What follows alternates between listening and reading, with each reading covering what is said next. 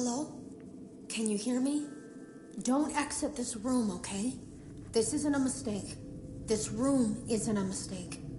I had to hide these logs away from the core gameplay files in a place that...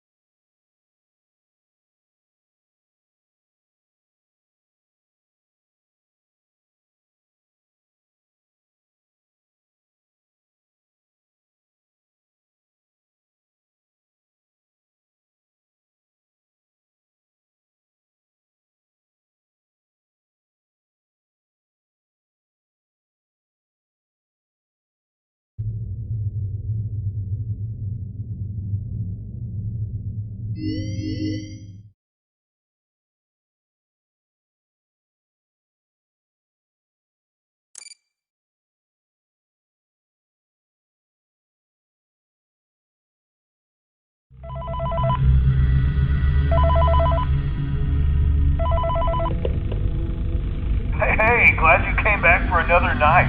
I promise it'll be a lot more interesting this time. We found some great new relics over the weekend, and we're out tracking down a new lead right now. So, let me just update you real quick, then you can get to work. Like, the attraction opens in like a week, so we have to make sure everything works and nothing catches on fire. When the place opens, people will come in at the opposite end of the building and work their way toward you, and past you, and out the exit. Yeah, you've officially become part of the attraction. You'll be starring as a security guard. So not only will you be monitoring the people on the camera as they pass through, you know, to make sure no one steals anything or makes out in the corner, but you'll also be a part of the show. It'll make it feel really authentic, I think. Now let me tell you about what's new. We found another set of drawings, always nice, and a foxy head, which we think could be authentic. Then again, it might just be another crappy cosplay. And we found a desk fan, very old school, metal though. So watch the fingers. Right now the place is basically just, you know, flashing lights and spooky props. I honestly thought we'd have more by now. If we don't have something really cool by next week, then we may have to suit you up in a furry suit and make you walk around saying, boo. But, you know, like I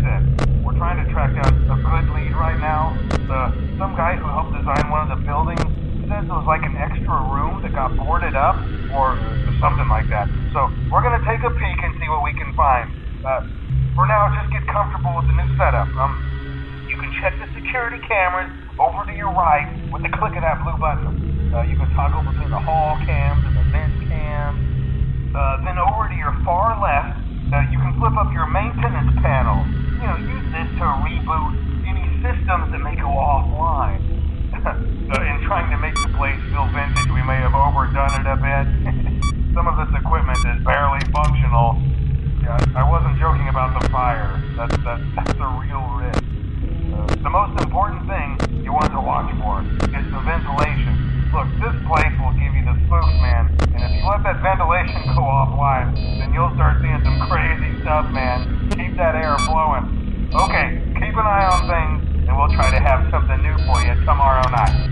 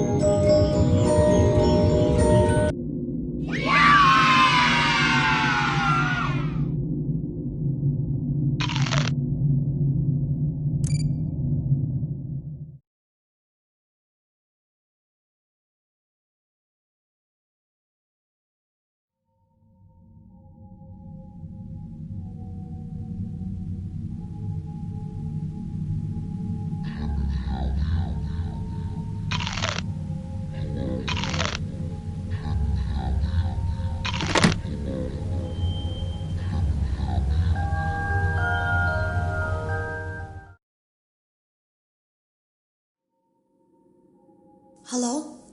Can you hear me? Don't exit this room, okay? This isn't a mistake. This room isn't a mistake. I had to hide these logs away from the core gameplay files, in a place that only a beta tester would look, and in a place where the files could be protected. I just really, really hope that the next development team finds this before the game is released to the public. This game has some kind of malicious code in it that we haven't been able to fully contain or even understand for that matter. We're over budget and out of time. But that's not the reason that we're shutting down. Listen, I have to keep this short so the file size will be small enough to fly under the radar. There are more. They may not be in order.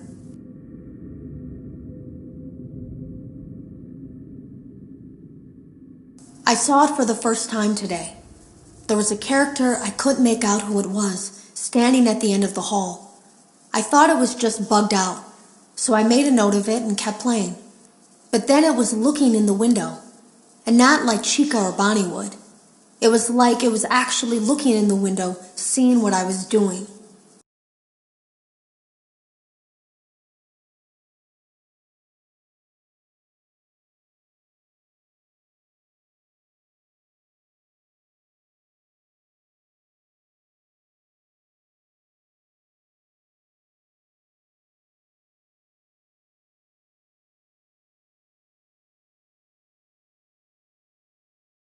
I heard a pretty heated conversation this morning between Dale, our manager, and someone else on the line.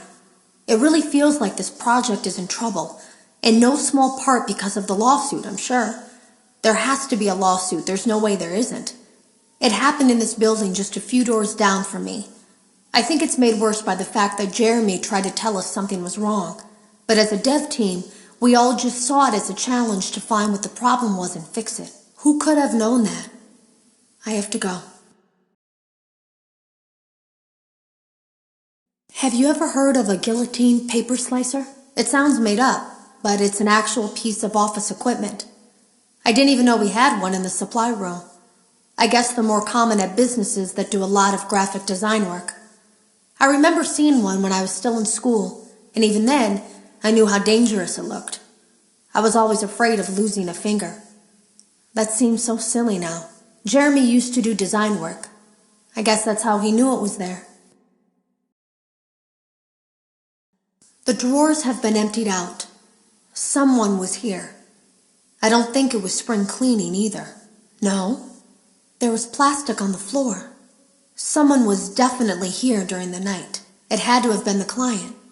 I mean, they sent us that stuff in the first place with no explanation, told us to scan it, said it would expedite the process so we wouldn't need to program any pathfinding ourselves. It was a budget thing, I guess. It was just junk. Circuit boards and things like that. Looked pretty old. Somehow, though, there was usable code on some of it. It seemed to take hold by itself. Things started changing. But then, he started appearing. At least that's what Jeremy said.